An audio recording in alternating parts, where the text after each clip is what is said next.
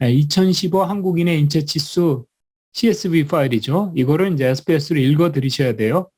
그래서 만약에 이게 SPS로 안 읽혀 드렸으면 뭐 이렇게 해서 여기 데이터를 읽으시면 돼요. 이건 여러 번 했죠. 텍스트 파일 부르는 거죠. 이렇게 불러서 대부분 6단계를 걸쳐서 데이터가 인식이 되는 거기 때문에 여러분이 6단계 다음 하면 돼요. 대부분은 이 디폴트로 다 돼요. 그래서 다음 하시고 구분자가 있고 두 번째 줄도 있고 컴마이고 이렇게 쭉 하다 보면 뭐 그냥 금방 읽혀져요. 자, 이렇게 해서 읽혀진 이 파일이에요. 이 파일이고 이 파일을 이제 이 SAV로 저장을 합니다. 이 SAV가 CSV보다 많은 정보를 가지고 있어요. 그래서 CSV는 그냥 텍스트 파일이기 때문에 데이터 값만 가지고 있는 거야. 근데 이 데이터에 대한 설명 데이터가 있겠죠. 설명하는 데이터. 그거를 메타데이터라고 우리가 흔히 얘기하는데 이 메타데이터 정보를 SPSS는 가지고 있을 수가 있어요. 그래서 이렇게 변수 보기 창에 가면 여기에 이런 설명들을 다룰 수가 있고 코딩 값이나 이런 걸 달고 저장하면 이게 같이 저장이 돼요. 그래서 SPSS의 텍스트 파일 읽어오면 저장하면 확장자가 SAV 파일이 만들어져요. 그렇게 해서 저장하시면 나중에 이제 한번 SPS 읽어드린 파일은 이렇게 저장한 다음에 다시 불러드리면 되는 거죠. 쉽게. 자, 그래서 SPS를 불러서 신경망 모델링을 한번 만들어 볼게요. 이 신경망 모델링을 만드는데 몸무게를 추정하는 모델, 그다음에 성별을 분류하는 모델, 이 각각을 한번 만들어 보겠습니다. 그래서 우선 몸무게를 추정하는 모델을 한번 만들어 볼게요. 그러면 이 분석 메뉴에 가시면 여기 신경망이라고 있습니다. 신경망을 여러분이 선택하시면 되고 신경망에는 굉장히 고전적인 신경망인데 이 멀티 레이어 퍼셉트론이라고 하는 MLP라는 방법이 있고 라디알 방사형 기저 함수라고 하는 RBF 함수가 있어요. 그래서 이거는 신경망의 히든 레이어를 구성하는 모양의 차이예요. 그래서 너무 복잡하게 알 필요는 없고요. 가장 일반적인 게 MLP 알고리즘이고 또 제일 많이 사용한 게 MLP예요. 그리고 이 MLP가 요즘 이제 발달을 해서 딥러닝 알고리즘이 나온 거예요. CNN, RNN 뭐 이런 알고리즘. 그러니까 그런 CNN, RNN 딥러닝 알고리즘의 할아버지 정도쯤 된다라고 생각하시면 돼요. 그래서 이 MLP 알고리즘은 기본적으로 입력층과 출력층 가운데 히든 레이어가 있는데 은닉층이라고 하죠. 이 은닉층이 최대 2층까지 만드는 거야. 1층, 2층. 필요하면 1층에서 끝나고 또 필요한 경우에는 2층까지 구성을 하는 거죠. 그리고 이 각 층에는 동그라미라고 하는 뉴런이 1개가 될 수도 있고 2개가 될 수도 있고 3개가 될 수도 있고 그 다음에 그 뉴런을 이루는 함수가 있는데 입력 신호를 처리하는 함수 서메이션 펑션과 출력의 신호를 보내는 액티베이션 펑션의 여러 가지 함수를 바꿔가면서 결국은 입력값과 출력값을 껴맞추는 거죠. 가운데 히든 구조는 몰라야 나도 몰라 설명도 안 돼. 그래서 신경망 모델은 흔히 우리가 블랙박스 모형이라고 그래. 해석이 불가능하다. 모델에 대한 해석이 불가능하다. 인과관계 설명이 불가능하다. 다만 입력과 출력에 잘 맞추더라. 다른 알고리즘보다. 그래서 많이 쓰는 거죠. 자, 이래서 우리가 한번 몸무게를 추정해 보겠습니다. 이렇게 몸무게를 이렇게 갖다가 넣으시면 되겠죠. 그리고 그 신경망은 우리가 앞에서 배웠던 추정 방법에 쓰는 선형회귀가 있었고 디시전 트리가 있었죠. 근데 선형회귀나 디시전 트리는 내가 그러니까 X를 10개를 집어넣고 10개 중에서 필요한 것만 갖다 써라는 게 가능했죠. 근데 이 신경망은 그게 불가능해요. 그러니까 내가 변수를 10개를 집어넣으면 10개를 다 써서 모델을 만드는 거야. 그러니까 이 점이 사실은 좀 변수를 선택하는 기능이 없다. 이게 굉장히 좀 안 좋은 점 중에 하나예요. 그래서 내가 몸무게에 영향을 많이 줄 것 같은 요인을 다 집어넣으셔야 돼. 집어넣어야 되고 그 X가 2개로 나눠집니다. 하나는 요인, 하나는 공별량. 그래서 우리가 범주화되는 카테고리컬한 거는 요인이 되는 거고, 이렇게 여기 SPS에는 이렇게 집합 표시로 나타나는 게 카테고리컬이에요. 예, 그래서 성별은 남자 여자밖에 없죠. 범주형. 근데 키라든지 뭐 예를 들어서 허리 둘레라든지 뭐 이런 거 뭐 이것저것 한번 넣어볼게요. 그냥 아무거나 머리 너비 넣어보고 그다음에 이 가슴 둘레도 한번 넣어보고 이런 식으로 그래서 이 변수 선택하는 기능이 없기 때문에 이 상당히 이 모델을 만드는데 실제 변수를 내가 잘 선택해 줘야 되는 이런 부분은 신경망의 좀 단점이에요. 자, 그래서 이 정도까지만 한번 넣어볼게요. 너무 많은 변수를 넣으면 그러니까 성별하고 하나, 둘, 셋, 넷, 다섯, 6개. 키, 머리 너비, 가슴 둘레, 골격근량, 체지방량, 체수분. 예. 그래서 우리가 통계에서는 이 회귀 모형에 가시면 얘가 종속 변수고 이거를 독립 변수라고 부르거든요. 그런데 이 모델에서는 얘를 공별량이라고 불러요. 그래서 이 통계가 사실은 용어가 많이 헷갈리는 게 많아요. 똑같은 건데 어디에서는 독립변수라고 부르고 어디에는 공별량으로 부르고 어디는 또 요인이라고 부르고 그래서 이게 좀 혼동되기가 쉬운데 어쨌든 신경망 즉 다층 퍼셉트론에서는 여기는 종속변수라고 부르고 여기는 요인 여기는 공별량 그래서 우리는 y equal fx 함수를 만드는 거야. 그러니까 y를 설명할 수 있는 x들의 함수를 만드는. 근데 그 함수가 제일 복잡한 게 신경망이다. 이렇게 이해하시면 되겠습니다. 자, 그리고 우리가 이 신경망은 전체 데이터를 가지고 모델을 만들면 이 과대적합되는 문제가 생겨요. 그래서 얘는 모델을 한 번에 만들어지는 게 아니고 계속해서 한 번 처음에 대충 만들어 보고 그럼 오차가 생기잖아요. 이 오차를 수정하는 거죠. 그렇게 되는 모델이. 그래서 되게 무식한 방법이에요. 그래서 저는 군에서 군 생활에 포병을 했는데요. 포를 딱 쏘는 거야. 근데 어떻게 보통 포병들이 어떻게 하냐면 정확히 그 자기가 포 쏘는 지역과 목표지에 대한 정확한 좌표를 계산해서 딱 쏘는 방법도 있는데 또 다른 방법은 일단 한번 쏴보고 빗나간 거를 막 고치는 거야. 그런 방법. 그러니까 여러분도 성격이 꼼꼼하게 다 해서 하는 사람도 있고 일단 부닥쳐서 문제 생기면 고쳐나가는 사람도 있잖아요. 그 차이예요. 근데 신경망은 무조건 만들고 고쳐나가는 거. 그러다 보니까 여기 보시면 전체 데이터를 다 가지고 모델을 만들고 만들어진 모델을 검사를 하면 이게 왜곡이 될 수가 있잖아요.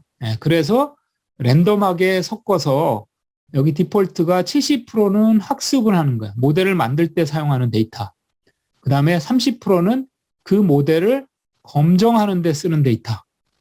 그래서 결국은 70%를 가지고 모델을 만든 다음에 그 모델에 30% 데이터를 넣어서 실제 우리가 알고 있는 몸무게하고 얼마나 잘 맞는지를 확인하면서 뭘 고쳐야 될지를 바꾸는 거야.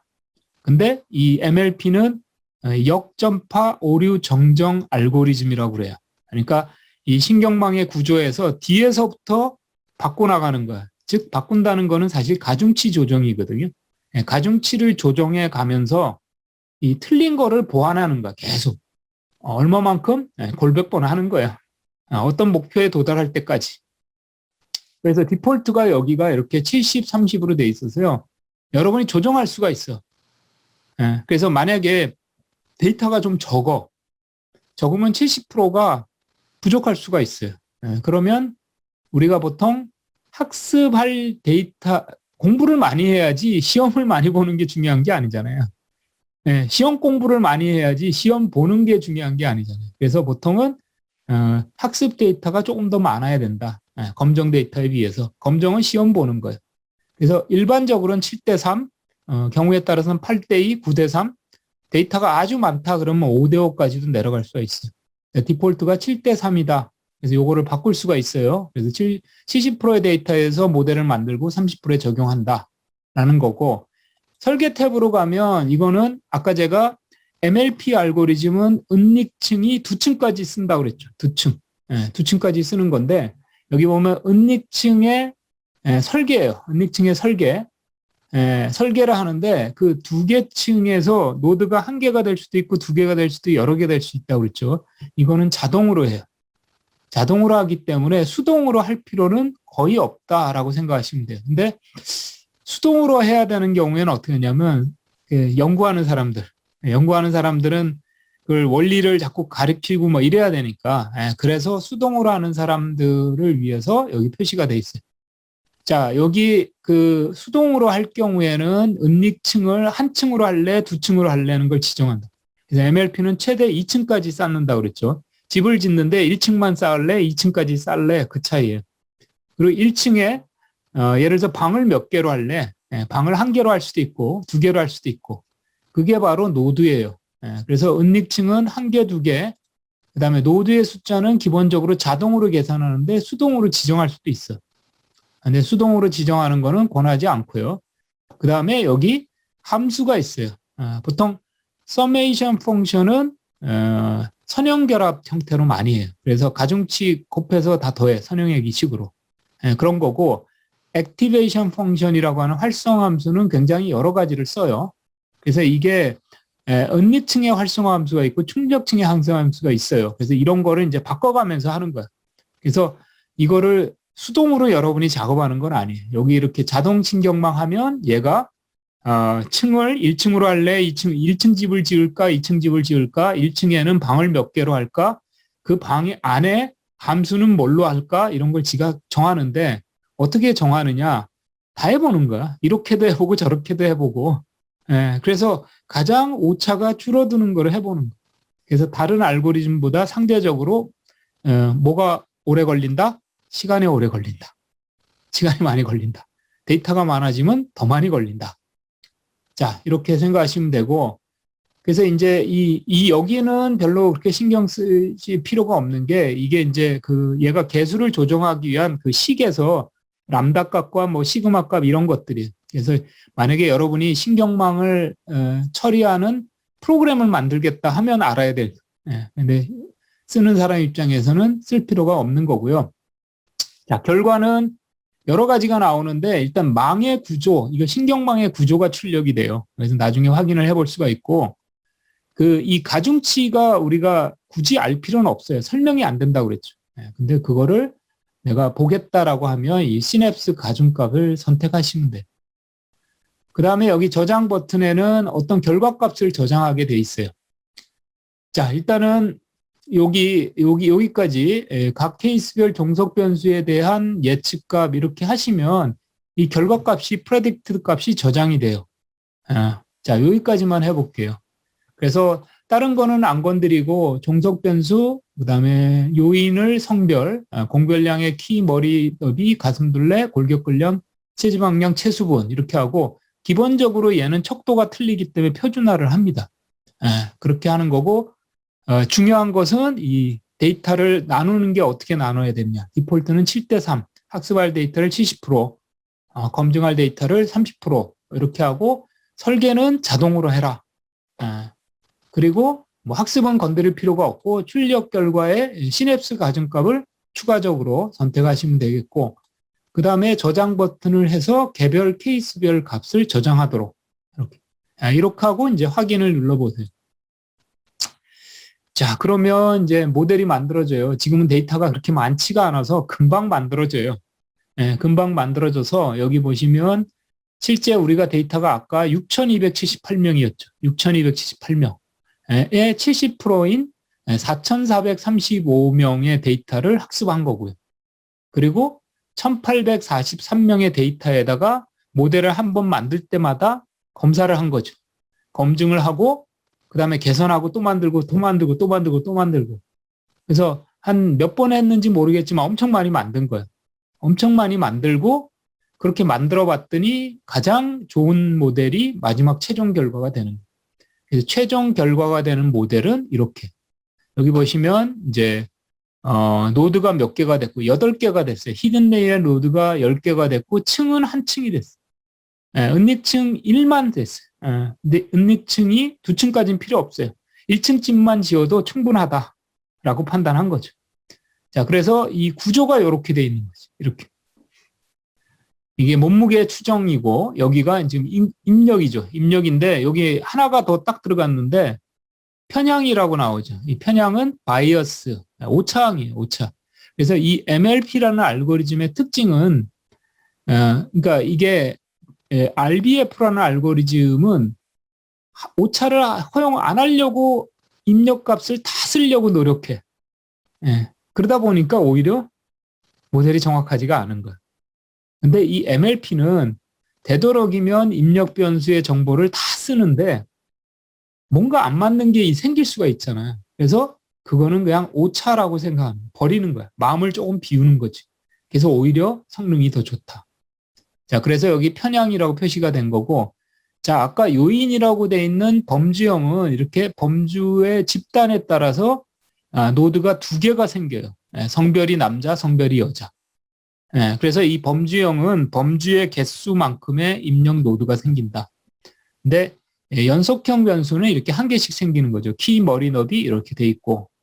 그 다음에 여기 아까 우리가 얘를 이렇게 더블 클릭, 마우스 왼쪽으로 더블 클릭을 해보면 모델 뷰어라는 게, 이게 편집이 안 되네요. 이거는. 죄송합니다. 제가. 여기 바로 보여지네요. 여기, 이게 숫자가, 여기,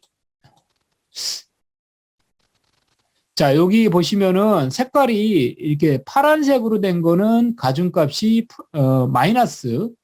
그 다음에 여기 약간 회색으로 표시된 거는 가중값이 플러스. 그래서 이게 여기 보시면은 키라고 합시다. 키라는 정보의 값이 이쪽 노드에는 마이너스 방향으로 영향을 주는 거고 이쪽 노드에는 플러스 방향으로 영향을 주는 거야. 근데 이 값의 의미는 해석이 불가능해. 그래서 가중치가 더 가중을 많이 줬든 조금 줬든 그게 의미가 없어. 그래서 지금 최종적인 몸무게는 실제 이렇게 히든 레이어의 노드가 하나, 둘, 셋, 넷, 다섯, 여섯, 일곱, 여덟 개였잖아요. 8개 신호에 플러스 신호도 받고 마이너스 신호도 받아. 근데 얘가 뭔지가 해석이 안 되는 거야. 여기 히든 레이어 1, 2로 돼 있죠. 히든 레이어 1, 2. 그래서 히든 레이어 1층의 첫 번째 방이란 뜻이에요. 1층의 두 번째 방 이렇게. 근데 이 히든 레이어는 해석이 불가능하다. 해석이 불가능하기 때문에 결국은 보여줘봐야 사실 소용이 없는 거죠. 우리가 회귀 분석 같은 경우에는 다 어떻게 해요? X가 한 단위 움직이면 Y가 얼마만큼 바뀐다? 인과관계 설명이 가능하죠. 로지스틱 회귀도 마찬가지죠. 그리고 트리 같은 경우에도 어떤 조건에 실제 Y가 평균치가 어떻게 되는지, 몸무게의 평균치가 어떻게 되는지 중간의 값을 보여주잖아요. 얘는 그게 보여주질 않는다. 그리고 여기 함수들을 여기 출력 이쪽으로 신호를 보내는 거는 항등함수라는 걸 썼고요. 이쪽의 신호는 쌍곡선 탄젠트 함수를 썼어요. 그런 정도만 보여줍니다. 그렇게 해서 기본적으로 여기 보면 여기 보이시는 요거 H1의 요 숫자 있잖아요. 여기 이 선의 가중값을 여기다 다 표시해 준 거야. 그래서 여기 입력층의 요 H1에서 가는 요 숫자, 요게 뭐냐면 여기 표준화된 이 값에다가 요 개수들을 곱해서 더해서 이 값이 결정이 나는 거야. 그렇게 되는 거고, 자, 여기에서 여기로 갈 때는 실제적으로 여기 출력층의 함수는 항등함수를 썼기 때문에 요 신호를 그대로 보내는데 가중치만 곱해서 보내지는 거죠.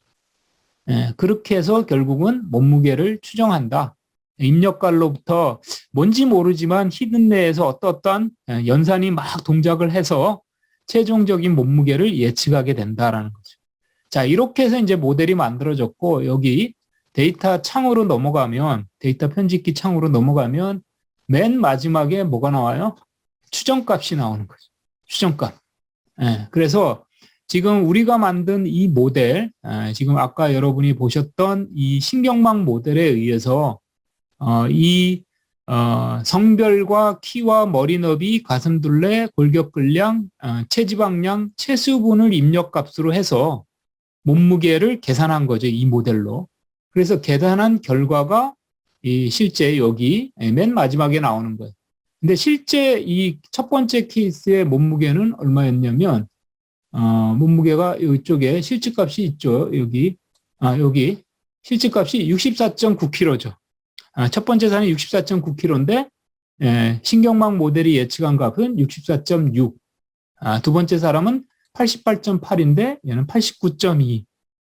그래서 사실은 어떻게 계산되는지 모르지만 이 데이터가 충분히 많고 설명 있는 데이터가 많을 때는 다른 어떤 알고리즘보다 더 나은 모형을 만든다라는 게 이제 신경망의 장점이에요.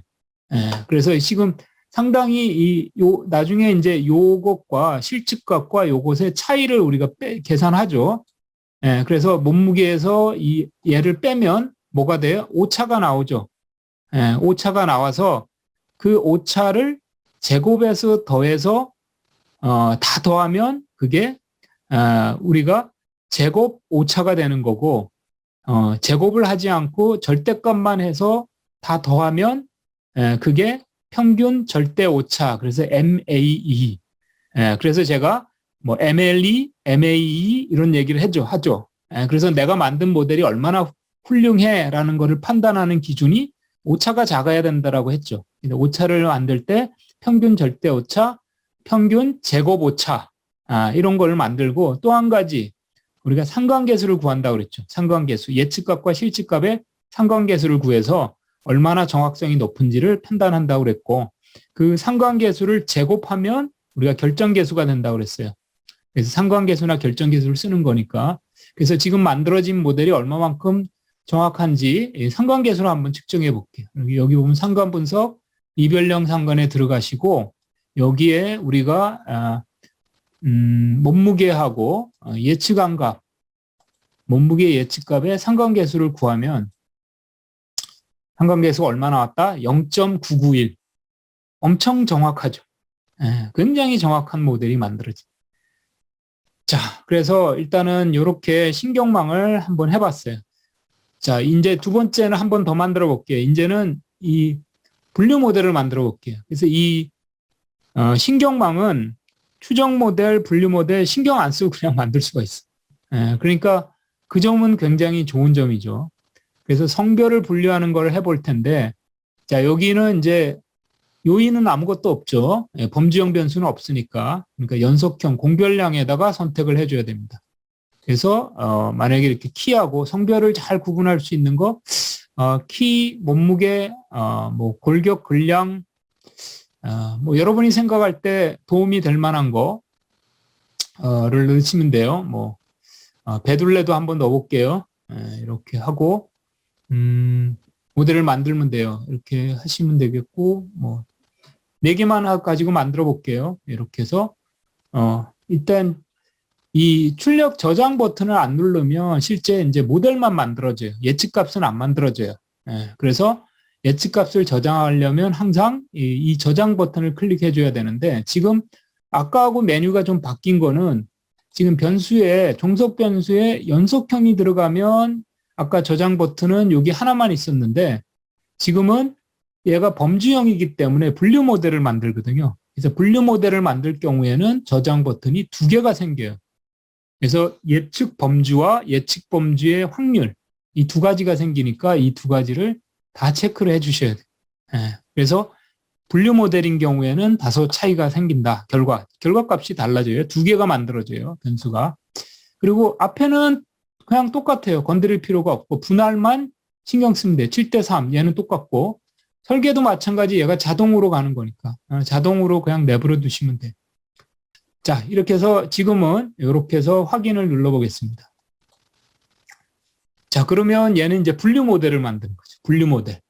분류 모델을 만들었는데 보면 쌍곡선 탄젠트라는 함수를 썼어요. 그래서 나중에 여기 앞에서 위에서 나왔던 이 함수들을 곡을 보시면 뭐 예를 들어서 여기 쌍곡선 탄젠트 함수를 주로 많이 쓰는데 쌍곡선 탄젠트나 이런 함수들이 대부분 이렇게 S자 모양을 이루는 함수들이에요. 단조 증가 함수라고 하는 거예요. 로지스틱 곡선도 그 중에 하나고, 뭐 소프트맥스라는 함수도 있고, 저거는 여러분 인터넷에 한번 검색해 보시면 금방 나와요. 그래서 아무튼 이 신경망은 입력 결과와 최종 결과를 잘 일치시켜주는 가운데 있는 히든 레이어의 구성을 만들어내는 거야. 근데 그거를 한 번에 만드는 게 아니라 수많은 시행착오 끝에 그렇게 만드는 거죠. 그러니까 컴퓨터가 발달했을 때 가장 효과적으로 할 수 있는 알고리즘이라 이렇게 생각하시면 돼요. 자, 그래서 모델이 만들어졌죠. 모델이 이렇게 만들어진 거예요. 은닉층이 두 개가 있죠. 노드가 두 개고, 층은 마찬가지로 1층으로 끝났어요. 굉장히 복잡한 문제가 아니면 2층까지 안 가요. 근데 이제 얘가 모델을 만들다 1층으로 해결하려고 열심히 하다가 안 되면 2층을 만드는 거야. 그래서 최대 2층까지 만드는 거고요. 자, 아무튼 이렇게 해서 만들어졌고, 여기에는 은닉층의 활성화 함수는 쌍곡선 탄젠트 함수, 그 다음에 이쪽 출력층으로 보내지는 함수는 소프트맥스 함수, 이쪽 함수와 이쪽 함수가 차이지는 함수를 썼어요. 자, 그렇게 해서 모델이 만들어졌고, 모델의 결과는 이제 이 분류 모델인 경우에는 분류 정확도가 중요하다고 그랬죠.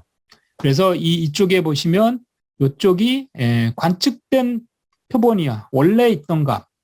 이 오른쪽은 예측한 값, 신경망으로 예측한 값. 근데 여기 학습 데이터와 검정 데이터가 나눠져서 나오죠. 그래서 우리는 정확도가 어디에 높아야 좋냐면 검정 데이터에 대한 정확도가 높아야지 좋아. 그런 거예요. 그래서 요거는 모델을 만들 때 직접적으로 사용된 데이터고, 밑에 검정 데이터는 그 모델을 평가하는 데만 썼던 데이터. 그래서 학습한 데이터에 대한 정확도는 97%, 그 다음에 검정 데이터에 대한 정확도는 96.5%. 그러니까 이 모델은 요렇게 키하고 골격근량, 체수분, 배둘레 이 네 가지 숫자만 입력해주면 남자인지 여자인지를 96%의 정확도로 맞춘다. 이제 이해가 되시겠어요? 사실 이 신체적인 특징은 너무 뻔하니까 이 성능이 좋게 나오는 거야. 좋게 나오는 거고, 뭐 이탈 모델이나 캠페인 반응 모델이나 이런 거는 사람의 마음이잖아요. 사람의 마음은 예측하기가 쉽지 않아요. 그래서 자, 이렇게 해서 이제 분류 모델까지 만들어 봤고요. 요 만들어진 결과는 여기 개별적인 데이터는 이쪽에 이렇게 결과를 가보면 이게 나옵니다. 맨 끝에 가보시면 이렇게. 자, 여기 지금 우리가 분류 모델을 만들어서 이게 나온 거고요. 이 첫 번째 이 1은 이게 지금 분자의 확률이에요. 그래서 이게 남자의 확률인 거고, 요거는 여자의 확률. 그래서 앞에 숫자를 입력했을 때 남자의 확률이 99.9%, 확률이 0.999, 여자의 확률은 0.001. 그래서 남자로 예측을 한 거예요. 그리고 실제로도 얘가 남자죠. 그래서 이 앞에 있는 거를 변수를 저쪽으로 좀 끌어다가 이제 비교를 해볼게요. 비교를 해보려고 변수를 뒤로 옮기는 거예요. 이렇게 쭉 드래그하면 옆으로 옮겨져요. 그래서 이렇게 옆으로 쭉 갖다 놓고 한번 실제 저 정확도가 지금 96% 정도 된다고 그랬죠. 그 테스트 데이터에 대한 정확도가 96.5%가 나오니까 뭐 거의 정확하다고 봐야 되죠. 뭐 3.5%만 틀린 거니까. 자, 여기 보면 이제 실측 남자 여자가 있고 지금 신경망에서 예측한 값이 나오죠. 근데 기본적으로 이 확률은 이게 얘를 더하면 1이 되겠죠. 이 둘이니까 남자일 확률은 여자일 확률에서 1에서 여자일 확률 빼면 되는 거잖아요. 그러니까 얘 두 개를 더하면 이제 1이 되는 거니까. 그래서 값이 더 확률이 큰 쪽으로 예측하는. 자, 이거 같은 경우를 보니까 자, 이 케이스는 뭐냐면 21번째 케이스를 보시면 남자일 확률이 48.2%, 여자일 확률이 51.8%야. 아주 확률 차이가 거의 없잖아요. 근데 약간 여자일 확률이 높잖아요. 그래서 여자로 예측을 했어. 근데 알고 봤더니 남자였어. 이건 틀린 거지. 아까 3.5%에 해당되는. 그래서 보통 얘도 확신이 좀 없는 거잖아. 신경망 모델도 긴가민가 한 거야. 확률이. 그래서 우리가 이 최종 예측된 결과값만 쓰기도 하지만 이 확률도 같이 써요. 확률도 같이 쓰면 훨씬 더 효과적이지. 만약에 고객이 도망갈 것 같아. 도망갔어? 도망가지 않아. 근데 이 사람은 90% 도망가라고 하는 경우는 괜찮은데 이 사람이 도망갈 가능성은 50%야. 그러면 애매모호한 거지. 그러니까 실제 최종 결과만 보는 게 아니고 이 확률을 이용을 해서 좀 더 많은 정보를 우리가 활용할 수가 있습니다. 자, 이렇게 해서 일단은 신경망을 살펴봤습니다.